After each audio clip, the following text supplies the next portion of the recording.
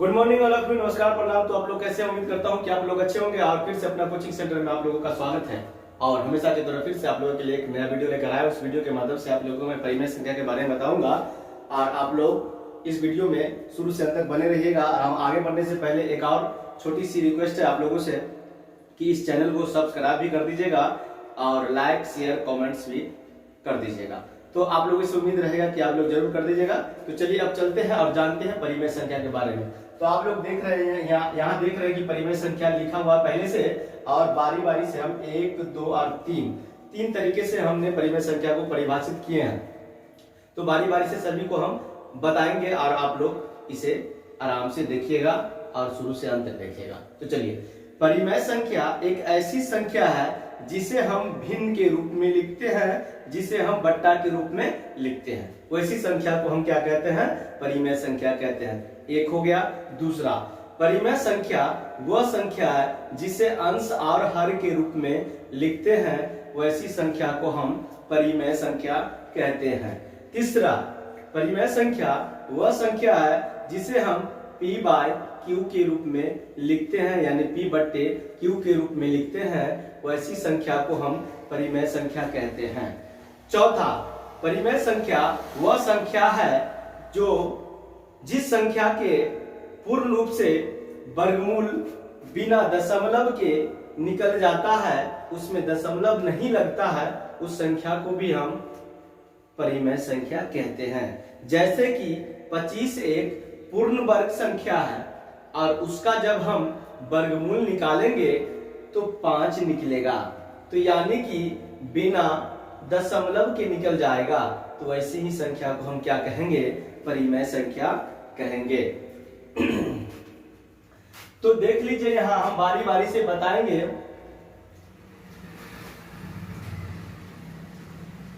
कि परिमेय संख्या वह संख्या जिसे भिन्न के रूप में लिखा जाता है। भिन्न का मतलब होता है बट्टा। तो आप देख रहे हैं कि बट्टा हम कैसे लिखते हैं? 4/3, ये हो गया बट्टा, इसी को हम कहते हैं भिन्न। चलिए, ये क्लियर हो गया। दूसरा, परिमेय संख्या वह संख्या जिसे अंश और हर के रूप में लिखते हैं। तो ऊपर वाले को बोलते हैं अंश, समझ रहे हैं, और नीचे वाले को बोलते हैं हर। तो इसे क्या करते हैं? परिमेय संख्या कैसे लिखते हैं? अंश और हर के रूप में। ये भी क्लियर। तीसरा, परिमेय संख्या वह संख्या है जिसे p बट्टे q के रूप में लिखते हैं। तो यही इसको मान लीजिए p या इसको मान लीजिए q, इसको मान लीजिए p, ठीक है, और इसको मान लीजिए q। समझ रहे हैं? इसको p या इसको q, तो p बट्टे q के रूप में हम लिखते हैं, वैसी संख्या को क्या कहते हैं? परिमेय संख्या कहते हैं। अब रही बात कि इसमें p और q को पूर्णांक माना जाएगा, जैसे यानी 4 और 3 को क्या माना जाएगा? पूर्णांक। लेकिन q बराबर 0 हमारे पास नहीं होना चाहिए। परिमेय संख्या में सिस्टम है कि p बट्टे q के रूप में किसी संख्या को आप लिख तो सकते हैं, लेकिन q के रूप में यानी हर के रूप में 0 कभी भी नहीं होना चाहिए। अगर 0 आ गया तो उस संख्या को परिमेय संख्या नहीं माना जाएगा। तो चलिए, 1, 2, 3 क्लियर हो गया। अब जिस संख्या का जो वर्गमूल पूर्ण रूप से निकल जाता है बिना दशमलव में, जैसे 25 एक पूर्ण वर्ग है। जैसे क्या है? 25 को पूर्ण वर्ग माना जाता है, क्योंकि 25 को जब हम गुना करते हैं 5 गुने 5, तो इसका जोड़ा लग जाता है। जोड़ा जब ये निकला तो ये रूट से क्या हो जाता है? बाहर हो जाता है। क्या हो जाता है?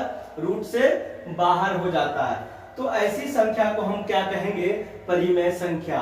अगर रूट में 25 रहेगा और 25 का वर्गमूल बिना दशमलव के निकला ना, आप देख रहे हैं बिना दशमलव का। अब जैसे 2 को पूर्ण वर्ग माना जाएगा?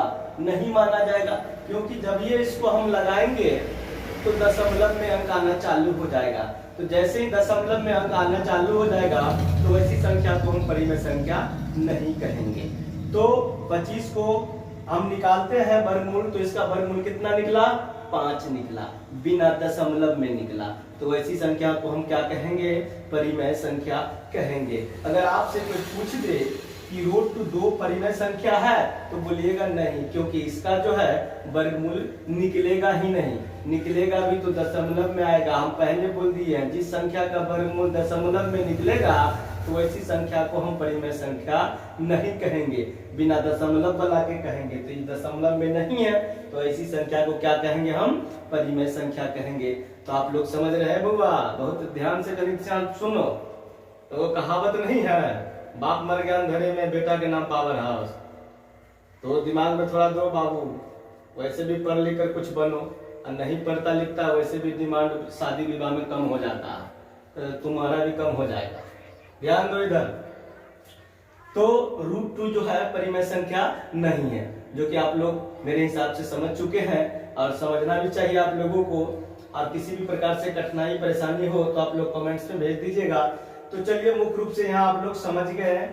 3 परिभाषा तो आप लोगों के सामने दिए, मौखिक रूप से बता दिए कि जिस संख्या का वर्गमूल पूर्ण रूप से निकल जाए बिना दशमलव के, तो ऐसी संख्या को हम परिमेय संख्या कहते हैं। जैसे 25 क्या है? पूर्ण वर्ग है, और इसका वर्गमूल कितना आया? 25 आया। एक और तरीका है वर्गमूल निकालने का, जो कि आप लोगों को हम बता देते हैं। जैसे कि देख लीजिए, 25 हुआ तो कैसे 5 मर्तबे लगाएंगे तो पूरा पूरा कट जाएगा। जब ये पूर्ण रूप से कट गया तो वह संख्या क्या होता है? परिमेय संख्या होता है। समझ गया? तो कभी भी आपको अगर बोलेगा, कोई पूछेगा कि रूट 3 परिमेय संख्या है या नहीं, तो क्या बताइएगा? अगर रूट 5 परिमेय संख्या है या नहीं तो क्या बताइएगा? रूट 66 परिमेय संख्या है या नहीं है तो क्या बताइएगा? अगर रूट 144 यानी 144 परिमेय संख्या है या नहीं है, क्या बताइएगा? फिर से आ जाइए, रूट 36 परिमेय संख्या है या नहीं है, क्या बताइएगा? फिर से आ जाइए, रूट 100 परिमेय संख्या है या नहीं है, क्या बताइएगा? तो आप लोगों के लिए 1 2 3 4 5 6 सवाल आप लोगों को हम दे दिए हैं, और आप लोग जल्दी से जल्दी सॉल्व करके कमेंट्स के माध्यम से आप लोग भेज दीजिए। आप लोगों को बताए थे कि जिस संख्या को, यानी कि जिस पूर्ण वर्ग संख्या को अगर हम वर्गमूल निकाले और वो बिना दशमलव में निकले, उस संख्या को हम क्या कहते हैं? परिमेय संख्या कहते हैं। बताए थे आप लोगों को। लेकिन यह कन्फ्यूजन है कि सर आप तो बोल दिए कि बिना दशमलव के है, लेकिन कभी कभी दशमलव भी आ जाता है, तब हम क्या करेंगे, क्या बताएंगे? तो इसी कन्फ्यूजन को हम बारी बारी से दूर करेंगे। कि देखिए, जैसे 4 एक पूर्ण वर्ग संख्या है, अगर 4 को हम वर्गमूल करेंगे तो क्या करेंगे? 2 दूना 4। देख रहे हैं कि पूर्ण रूप से ये विभाजित हो जाता है। क्या हो जाता है? पूर्ण रूप से विभाजित हो जाता है। तो रूट 4 को हम क्या कहेंगे? परिमेय संख्या। अगर उसी का बात, अगर रूट 3 है, अगर 3 को हम करेंगे वर्गमूल तो 1 से लगाएंगे, 1 का वर्गमूल 1 होता है, यहाँ 1 देंगे तो 3 में से 1 गया, 2 बचा। अब पॉइंट देंगे, क्यों? क्योंकि 1 1 हो जाएगा 2, तो 2 से क्या इसमें लगेगा नहीं, तो हम क्या करेंगे? पॉइंट देंगे। क्या देंगे? पॉइंट देंगे, क्योंकि 2 दूनी 4 हो जाएगा। तो इस पॉइंट के मतलब है कि 2 गो जीरो उतरना, 2 गो जीरो उतरना। अब हम इसमें 8 मर्तबे लगाएंगे, देखते हैं। तो मेरे हिसाब से ज़्यादा हो जाएगा। 8 8 64, हाथ में 6, 8 दूना 16, 6 22, यानी 224। इसका मतलब है 7 मर्तबे लगा देंगे। कितने मर्तबे? 7 मर्तबे। कितने मर्तबे लगा देंगे? 7 मर्तबे लगा देंगे। तो देख लीजिए क्या हो जाएगा? 7 7 49, 7 7 49, 7 दूना 16, सॉरी 7 दूना 14 और 4 18, क्या हो गया? 189। 10 में से 9 गया 1, अब फिर से 9 में से 8 गया 1, और ये हो गया कट गया। फिर से डबल जीरो उतारेंगे तो क्या होगा कि फिर से डबल जीरो उतारेंगे तो दशमलव के बाद 7 आया, फिर से वहाँ अंक बदलेगा। यानी दशमलव के बाद अगर अंक बार बार बदलता है तो ऐसे संख्या को हम अपरिमेय संख्या कहेंगे, जो अंक बदलते रहता है दशमलव के बाद। लेकिन एक संख्या और होगा जो बदलेगा नहीं बल्कि पुनरावृत्ति होगा। जैसे मान के चलिए हम यहाँ दिए 9, ठीक है, और 9 से क्या कर दिए, सॉरी 1 ले लीजिए, क्या ले लीजिए, 1 ले लीजिए, और 1 को 3 से भाग दीजिए, यानी 1 बट्टा हो गया आपका 3 परिमेय संख्या।